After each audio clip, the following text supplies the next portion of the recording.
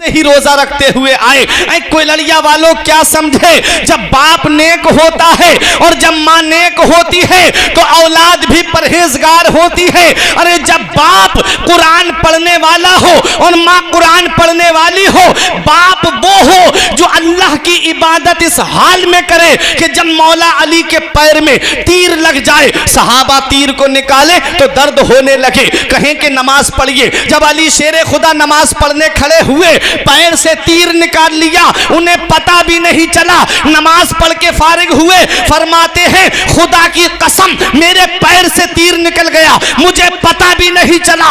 बाप जब ऐसी इबादत करने वाला हो और माँ की शान ये हो, कहे मौला इतनी लंबी रात बना दे, तेरी बंदी फातिमा दिल खोल के तेरी इबादत करे, जो कुरान दिन को भी पढ़े रात को भी कुरान पढ़े।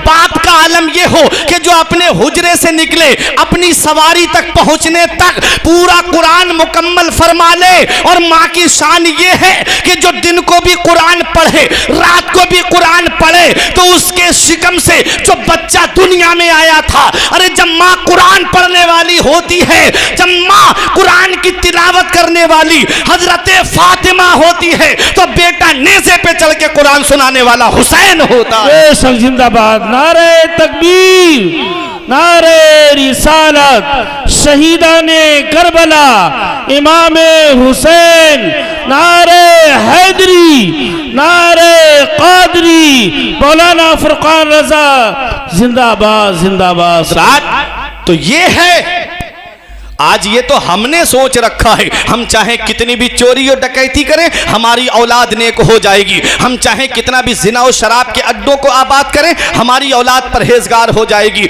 हम चाहे कितना भी खैनी और गुटखा खाएं मेरी औलाद गुटखे को हाथ नहीं लगाएगी, हम चाहे कितनी भी सिगरेट पिए मेरी औलाद सिगरेट को हाथ नहीं लगाएगी। इतना याद रखना प्यारे मुसलमानों, गेहूं के पेड़ पे गेहूं आता है, जौ के पेड़ पे जौ आता है, आम के पेड़ पे आम आता है, लीची के पेड़ पे लीची आती है। मैंने कभी ऐसा नहीं सुना कि मैंने फसल गेहूं की बोई हो और उसमें से धान उगाया हो, मैंने कभी ऐसा नहीं सुना कि मैंने केले का दरख्त लगाया हो और उस पर से सेब फल गया हो। इतना याद रखो प्यारे मुसलमानों, आज हम मन की गुलामी करते हैं, अल्लाह का कानून चलता है, बंदे का कानून नहीं चलता है। अल्लाह का कानून है गेहूं के पेड़ पे गेहूं आए, जौ के पेड़ पे जौ आए, आम के पेड़ पे आम आए, लीची के पेड़ पे लीची आए। देखो बच्चे का जहन सादा कागज की तरह होता है, बच्चे का जहन खाली बोतल की तरह होता है, चाहो तो खाली बोतल में शराब भर दो, चाहो तो खाली बोतल में पानी भर दो, चाहो तो खाली बोतल में दूध डाल दो, चाहो तो सादा कागज पे गाने लिख दो, चाहो तो सादा कागज पे कलमा शरीफ लिख दो।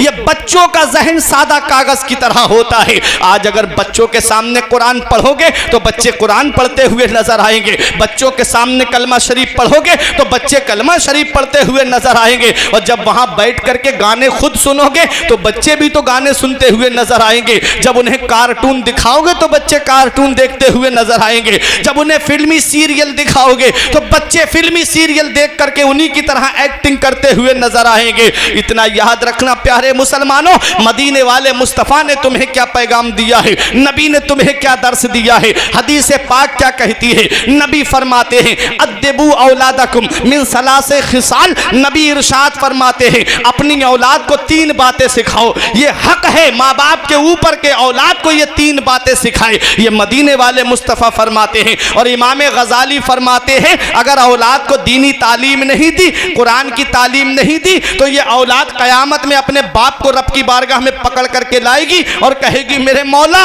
मेरा बाप मुझे भूखा रखता, मेरा बाप मुझे नंगा रखता, ये मेरे लिए बेहतर था उससे जो इसने मुझे जाहिल रखा है, जो इसने मुझे तालीम नहीं दी है। आज हमारे बच्चे तालीम से दूर हैं, आज हमारे बच्चे एजुकेशन से दूर हैं, आज हमारे बच्चे शिक्षा से दूर हैं, आज हमारे बच्चे दीनी तालीम से दूर हैं। ये 70 साल की मेहनत है उनकी जो आज हमारे ऊपर रंग लेकर के आई है। 70 साल से मेहनत कर रहे थे, 70 साल की मेहनत आज रंग लेकर के आई है, जो आज हिंदुस्तान की सरजमीन पे कब्जा है। इतना याद रखो, अगर शाम के वक्त में आप समझदार हो, अल्हम्दुलिल्लाह मैं जानता हूँ, शाम के वक्त कभी मगरिब को और इशा के दरमियान चौराहे की तरफ रोड की तरफ जा करके देखना कोई लड़िया के, तो आपको 4-5 बच्चे जगह जगह बैठे हुए मोबाइल चलाते हुए मिलेंगे, और गैर मुस्लिमों की बस्ती से गुजरो, उनके बच्चे तारीख किताब लेकर के पढ़ते हुए मिलेंगे। क्या समझते हो तुमने बस इतना सुन लिया, जब तक हिंदुस्तान में गरीब नवाज है मुसलमानों का कुछ नहीं होगा, तुमने इतना सुन लिया। मेरे कौम के भोले भाले शायरों ने तुम्हें पैगाम दे दिया, हाथ उठाओगे जन्नत मिल जाएगी, हाथ उठा के बोलोगे तो जन्नत मिल जाएगी। जन्नत इतनी आसान नहीं है। रब कुरान में फरमाता है जन्नत ऐसे ही तुम्हें नहीं मिल जाएगी, पहले तुम्हारा इम्तिहान लिया जाएगा, पहले तुम्हें आजमाया जाएगा।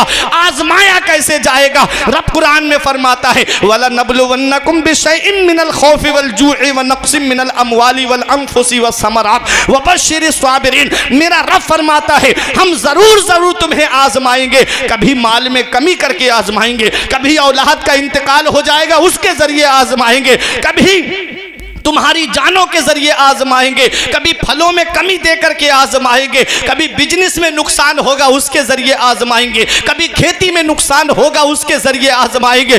पता चला हमारा इम्तिहान होना है, क्योंकि इसमें लामे ताकीद है, हमारा जरूर जरूर इम्तिहान होगा। हम बगैर इम्तिहान के दुनिया में नहीं रह सकते। जब हमारा इम्तिहान ही होना है तो मेरा रब फरमाता है वबश्शिरिस साबिरीन, खुशखबरी उनके लिए है जो सब्र करते हैं, बशारत उनके लिए है जो सब्र करते हैं।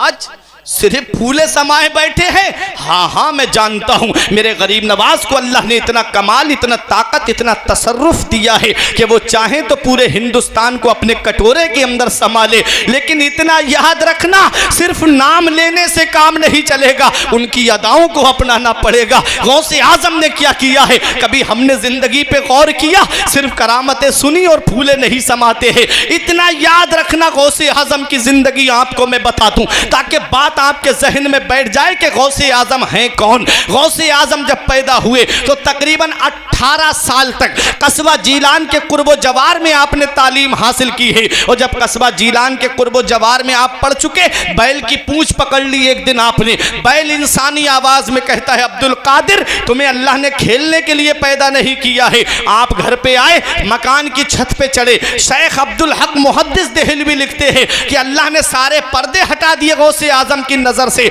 आप कस्बा जीलान में खड़े होकर के मैदान अराफात को साफ देख रहे थे, खाना काबा का दीदार कर रहे थे। नीचे आए, अम्मी से कहा अम्मी अब इजाजत दे दो, मैं इल्म दीन हासिल करने के लिए बगदाद जाना चाहता हूं। पहले की माएँ थी जो अपने बच्चों को मदरसे में भेजती थी, पहले की माएँ थी जो अपने बच्चों को कुरान की तालीम देती थी, पहले की माएँ थी जो अपने बच्चों को दीनी तालीम देती थी, क्योंकि जानती थी तहजीब मदरसे से मिलेगी, तमद्दुन मदरसे से मिलेगा, अखलाक मदरसे से मिलेगा, जिंदगी जीने का सलीका मदरसे से मिलेगा, बड़ों का कैसे अदब करना है ये दर्स मिलेगा तो मदरसे से मिलेगा। वमल्लम युअक्किर कबीरना वमल्लम यशफे सगीरना फलैसा मिन्ना। नबी फरमाते जो अपने से बड़े का अदब ना करे, अपने से छोटे पे शफकत ना करे, वो हम में से नहीं है। मुझे पैगाम कहाँ मिलेगा? ये मदरसे में मिलेगा। और मेरे आका हुजूर सल्लल्लाहु अलैहि वसल्लम का वो फरमाने आली शान कि मोमिन आपस में भाई भाई हैं, अगर उनमें नाराजगी हो जाए तो उनके दरमियान सुलह करा दो।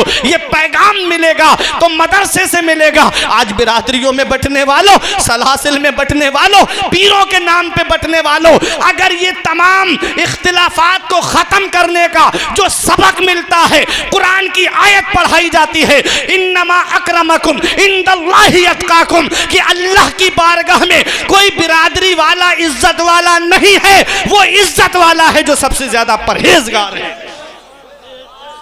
सुभान अल्लाह, नारे तकबीर, नारे। मेरा रब फरमाता है 16वें पारे में मोमिन आपस में भाई भाई है। फअस्लिहू बैना अखवैकुम, अगर नाराजगी हो जाए आपस में तो उनके दरमियान सुलह करा दो, उन्हें गले मिलवा दो, उनका मुआनका करा दो, उनका मुसाफहा करा दो। क्या आज हम इस पे गौर करते? सिर्फ करामत सुन ली, फूले नहीं समा रहे। डॉक्टर इकबाल कहते हैं चूं बुगोयम मुसलमानम बलर्जम, चूं बुगोयम मुसलमानम बलर्जम। जब मैं कहता हूं मैं मुसलमान हूं तो कांपने लगता हूं कि दानम राजे ला इलाह रा, कि मैं कलमे शरीफ के राज को जानता हूं। कलमा शरीफ पढ़ लिया, आप क्या समझते हो कि आप इसी पे जन्नत मिल जाएगी? इसके लवाज़िमात हैं, इसके कुछ अगराज़ मकासिद हैं। सिर्फ मुसलमान कह लेने, सिर्फ गोश्त खाने, बोटी नोचने और रोटी खाने का नाम मुसलमान नहीं है। मुसलमान कहते किसको हैं? मेरे आका फरमाते अल मुस्लिम मन सलिम अल मुस्लिमून मिन लिसानिही व यदिही। मुसलमान वो है जिसके हाथ से और जुबान से दूसरे मुसलमान महफूज रहें, जो ना हाथ से किसी मुसलमान को तकलीफ दे और ना जुबान से किसी मुसलमान को तकलीफ दे। हमारी जिंदगी शाम हो तो गालियां बक रहे हैं, सुबह हो तो गालियां बक रहे हैं, एक दूसरे की बुराइयां, गीबत, चुगली, गलत मुकद्दमात में फंसाना।